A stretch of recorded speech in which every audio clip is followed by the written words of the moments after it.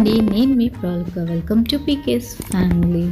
ఈరోజు వచ్చేసి నేను సూపర్ సింపుల్ ఫ్రైడ్ రైస్ చూపిస్తున్నాను. అది వచ్చేసి లేడీస్ ఫింగర్ ఫ్రైడ్ రైస్ అనమాట.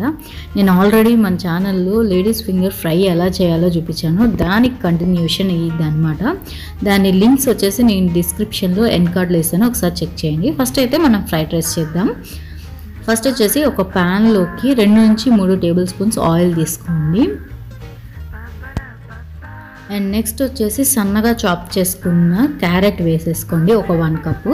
ఇప్పుడు మీకు స్క్రీన్ మీద చూపిస్తున్నాను కదా, ఆ కప్పుతో 1 కప్పు అన్నీ కొలుచుకోవాలన్నమాట. అండ్ వాటిని లైట్ గోల్డెన్ కలర్ వచ్చేలాగా ఫ్రై చేసేసుకోండి. ఆల్మోస్ట్ 60% కుక్ అయ్యేలాగా చూసుకోవాలన్నమాట. అండ్ ఇది చూసారు కదా, ఇలా 60% కుక్ అయిన తర్వాత సన్నగా చాప్ చేసుకున్న ఆనియన్ వేసేసుకోండి. సేమ్ అదే కప్పుతో అనమాట. ఒకే కప్పుతో చేస్తే మనకి ఈజీగా ఉంటుందన్నమాట. ఆనియన్స్ కూడా మెత్తబడేంత వరకు ఉంచండి. ఆనియన్స్ మెత్తబడిపోయిన తర్వాత 1 కప్పు క్యాబేజీ వేసుకోండి, ఇలా సన్నగా తరిగింది వేసేసుకొని ఒకసారి టాస్ చేసేసుకోండి. వెజిటేబుల్స్ అన్నీ 60 to 70% కుక్ అయితే చాలండి. 100% కుక్ అవ్వకూడదు ఫ్రైడ్ రైస్కి ఎప్పుడైనా సరే. క్యాబేజీ కూడా కుక్ అయిన తర్వాత ఇప్పుడు మనము ఫ్రై చేసి పెట్టుకున్నాం కదండి లేడీస్ ఫింగర్ అనేది, ఆ ఫ్రై వేసేసుకోవాలి. అది 1 కప్ తీసుకోండి. అండ్ దాన్ని ఒక 2 to 3 minutes అనే ఈ వెజిటేబుల్స్తో కుక్ చేసేసుకోండి.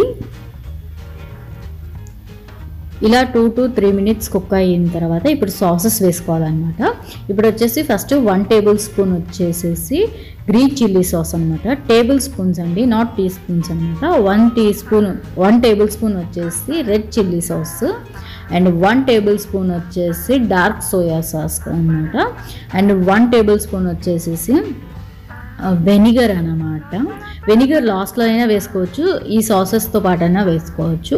ఇప్పుడు సాసెస్ అన్నిటినీ వెజిటబుల్స్కి వాటికి టాస్ చేసేసేయండి.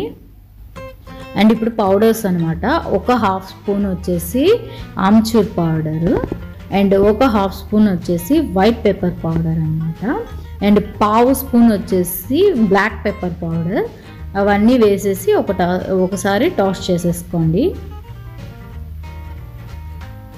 అండ్ నెక్స్ట్ వచ్చేసేసి ఇప్పుడు టేస్ట్కి సరిపడా సాల్ట్ వేసుకోండి. సాల్ట్ అనేది ఇప్పుడే వేసేసుకొని కలుపుకున్నాక ఇప్పుడు కొంచెం రైస్ వేసేసుకోండి. నేను బాస్మతి రైస్ ఉడికించి పెట్టుకున్నాను అనమాట. మీరు నార్మల్ రైస్ అయినా ఇట్లా పొడిగా ఉడికించి పెట్టుకోండి.